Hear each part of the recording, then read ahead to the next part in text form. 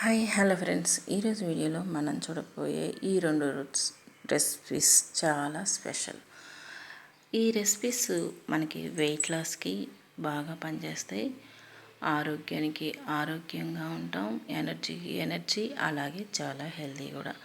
అయితే ఇప్పుడు మనకు కావాల్సిన ప్రాసెస్ చూద్దాం. ముందుగా మనం పొయ్యి మీద బాండీస్ అయితే పెట్టేసుకున్నాం. దాంట్లో కాస్త ఆయిల్ వేసుకొని, ఆయిల్ హీట్ ఎక్కిన తర్వాత కాస్త పోపు దినుసులు వేసుకొని, 2 కరివేపాకు రెమ్మలు, అలాగే ఒక 2 ఎండుమిర్చి వేసేసుకొని అవి కొంచెం దోరగా వేగిన తర్వాత టమాటా, పచ్చిమిర్చి, క్యారెట్, అలాగనే దోసకాయ, ఈ వెజిటేబుల్స్ అన్నీ కూడా మనం ముక్కలుగా కట్ చేసేసుకొని పోపులో వేసుకొని కాస్త దోరగా వేయించుకోవాలి. ఇవి కాస్త దోరగా వేగేటప్పుడు ఒక నిమ్మకాయ సైజ్ అంతా చింతపండు తీసుకొని, చింతపండు పులుసుని మనకి వెజిటేబుల్స్ కొంచెం మగ్గిన తర్వాత ఆ వెజిటేబుల్స్లో పోసేసుకోవాలి. మనకు కావాలి అనుకుంటే ఇంకొంచెం వాటర్ కూడా యాడ్ చేసుకోవచ్చు పులుపుని బట్టి. అలాగా మనం చింతపులుసు పోసుకున్న తర్వాత రుచికి సరిపడా సాల్ట్, అలాగనే ఒక చిటికెడు పసుపు, తర్వాత వచ్చేసి 1 స్పూన్ ధనియాలు, 1 స్పూన్ జీలకర్ర,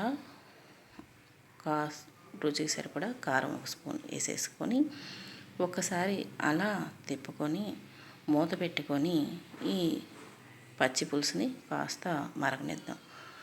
ఈలోగా మనం మరొక బాండీలోకి 1 కప్పు బొంబాయి రవ్వ, సేమ్ కప్పుతోటి రాగి పిండి తీసుకొని మీడియం సైజు మంట మీద కాస్త దోరగా వేయించుకోవాలి. ఇలా కాస్త దోరగా వేయించుకొని కాస్త చల్లారనివ్వాలి. ఈ పిండిని గుర్తుపెట్టుకోండి, బొంబాయి రవ్వ అలాగే రాగి పిండి 2 సేమ్ కొలతల్లో తీసుకొని మనం దోరగా వేయించుకోవాలన్నమాట. ఈ రాగితోవ సాంబార్ కాంబినేషన్ సూపర్గా ఉంటుంది. మనం ఈ రవ్వ రాగి పిండి వేయించుకుంటూనే ముందుగా వండి పెట్టుకున్న ముద్దపప్పుని మనం ఈ పచ్చి పులుసులో కలిపేసుకుందాం. పచ్చి పులుసులో మనం పప్పు కలిపేసుకున్న తర్వాత ఈ రాగి పిండిని మనం కాస్త దోరగా వేయించుకున్నాం కదా, ఇప్పుడు ఒక ప్లేట్లోకి తీసేసుకుందాం ఈ రాగి పిండిని.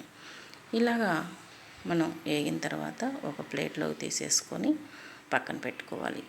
ఇది చల్లారేలోపు మనం ఇప్పుడు అదే బాండీలో కాస్త ఆయిల్ వేసుకొని కాసిని పోపు దినుసులు వేసుకోవాలి. ఆయిల్ హీట్ ఎక్కిన తర్వాత పోపు దినుసులు వేసుకొని అవి కొంచెం దోరగా చిటపట అన్నాక కాస్త కరివేపాకు కూడా 2 రెమ్మలు వేసుకుందాం. మనం కావాలి అనుకుంటే ఇందులోకి ఉల్లిపాయ ముక్కలు, టమాటా ముక్కలు, పచ్చిమిర్చి, క్యారెట్ లేదా 4 జీడిపప్పు పలుకులు కూడా యాడ్ చేసుకోవచ్చు.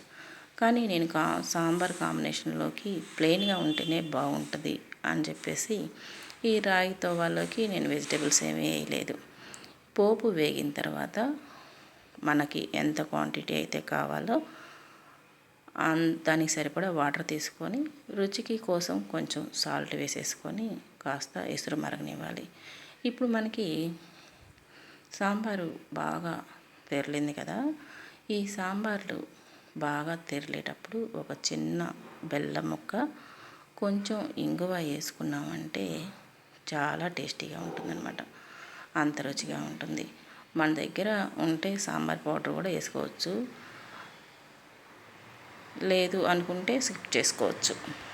ఇప్పుడు మనకి ఆల్మోస్ట్ సాంబార్ రెడీ అయిపోయినట్లే.